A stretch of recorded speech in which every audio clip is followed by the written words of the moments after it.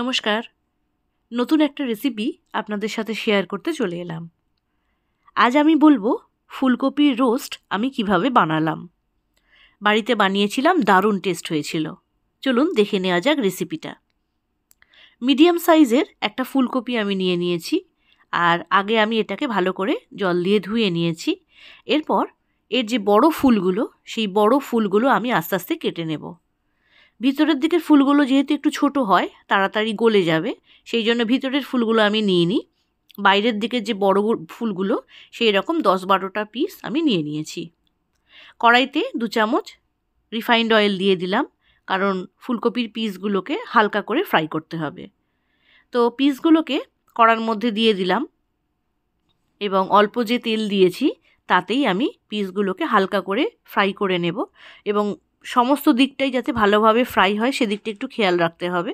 খুব কড়া করে লাল করে আমি একদমই ভাজবো না, এবং কড়াতেই যাতে 70% সেদ্ধ হয় সেই জন্য আমাকে 2-3 মিনিট একটু লো ফ্লেমে এটাকে অল্প একটু নুন দিয়ে ঢাকা দিয়ে সেদ্ধ করে নিতে হবে।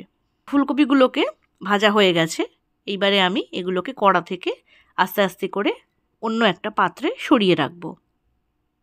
তো দেখতেই পাচ্ছেন ফুলকপিগুলোকে খুব বেশি করে কড়া করে আমি ভাজিনি, খুব হালকা করেই ভেজেছি।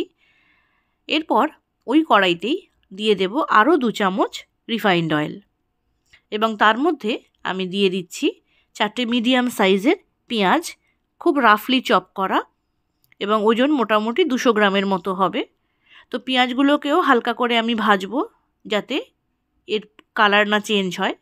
একটু কাজু বাদাম দিলাম 4 মগজ, আর একটু কিশমিশ। এই 3টি উপকরণ দিয়েও ভালো করে তেলের মধ্যে এগুলোকে একটু ফ্রাই করে নেব। এগুলোকে আমি একটা মিক্সার গ্রাইন্ডার জারে মিহি পেস্ট তৈরি করব গ্রেভির জন্য। দিয়ে দিলাম কাঁচা লঙ্কা, ঝালটা আপনারা আপনাদের টেস্ট অনুযায়ী দেবেন। আমি এখানে 5টা কাঁচা লঙ্কা দিয়েছি। এরপর এর মধ্যে একটু জল দিয়ে দেব, এবং জলটা দিয়ে একটু নাড়াচাড়া করে নিয়ে এটাকে আমি ঢাকা দিয়ে 2 মিনিট ফুটিয়ে নেব, তাতে সমস্ত কিছু এতে সেদ্ধ হয়ে যাবে।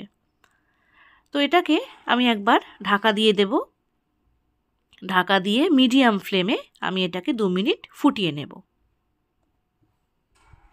2 মিনিট পর ঢাকাটা খুলেছি, দেখুন জলটাও অনেকটা শুকিয়ে এসছে এবং পেঁয়াজগুলোও সেদ্ধ হয়ে গেছে। এটাকে আমি এবারে ঠান্ডা করে নেব। ঠান্ডা করে নিয়ে এটাকে মিক্সার গ্রাইন্ডার জারে আমি তুলে নিচ্ছি, কারণ এর একটা মিহি পেস্ট তৈরি করতে হবে, যে পেস্ট দিয়ে আমাদের গ্রেভিটা তৈরি হবে। তো এটাকে তুলে নিয়ে আমি পেস্টটা বানিয়ে নিলাম। ওই কড়াতেই আরও 2 চামচ রিফাইন্ড অয়েল দিয়ে এর মধ্যে আমি গোটা গরম মশলা ফোড়নে দিলাম, দারচিনি, লবঙ্গ, এলাচ। এইগুলো যখন ভালো করে ভাজা হয়ে যাবে, একটা খুব সুন্দর স্মেল আসবে, তখন এর মধ্যে আমি দিয়ে দেব রসুন বাটা 1 চামচ। রসুনের সঙ্গে আমার কাঁচা লঙ্কা বাটা ছিল, সেই জন্যই একটু হালকা সবুজ রং এসছে। রসুনটাকে তেলের মধ্যে ভালো করে ভেজে নিয়ে এর মধ্যে দিয়ে দেব 1 চামচ আদা বাটা। আদাটাকেও আমি ওই একইভাবে তেলের মধ্যে একটু ভেজে নেব।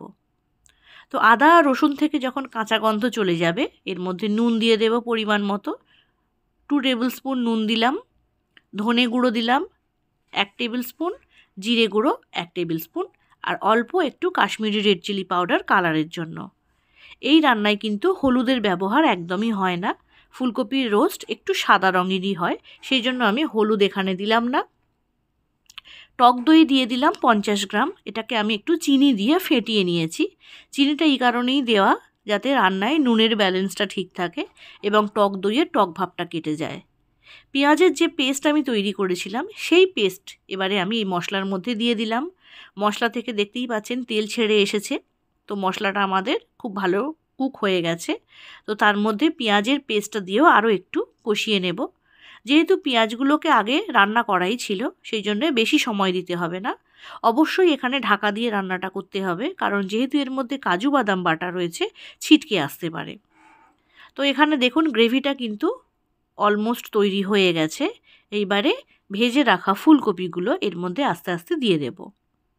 ফ্রাই করার সময় ফুলকপিগুলো 70% সেদ্ধ হয়েই ছিল, তো এখানে আর বেশি সেদ্ধ করতে হবে না, কারণ ফুলকপি যদি বেশি গলে যায় তো সেটা খেতে ভালো লাগে না।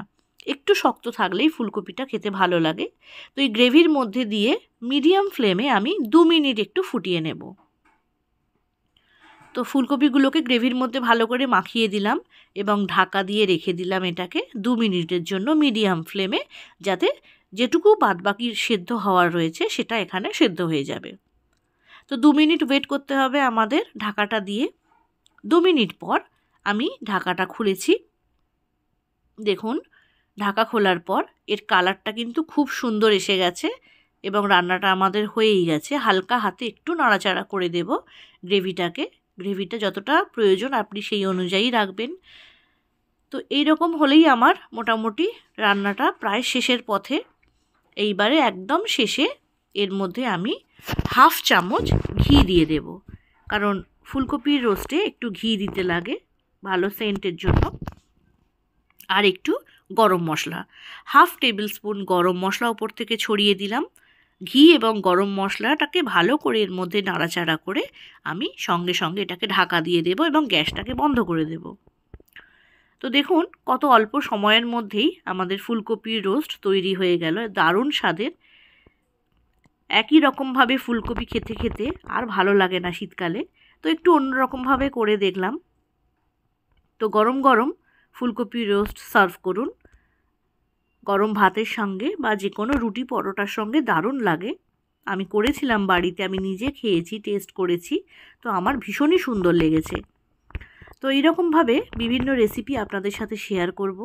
যদি আজকের এই রেসিপিটা আপনাদের ভালো লাগে তো অবশ্যই শেয়ার করবেন, লাইক করবেন, কমেন্ট করবেন এবং আমার এই চ্যানেলে যদি নতুন বন্ধু এসে থাকেন তো তাদের কাছে অনুরোধ রইল চ্যানেলটাকে সাবস্ক্রাইব করে রাখবেন এবং পাশে থাকা বেল আইকনটাকে ক্লিক করে অল নোটিফিকেশনটাকে অন করে রাখবেন।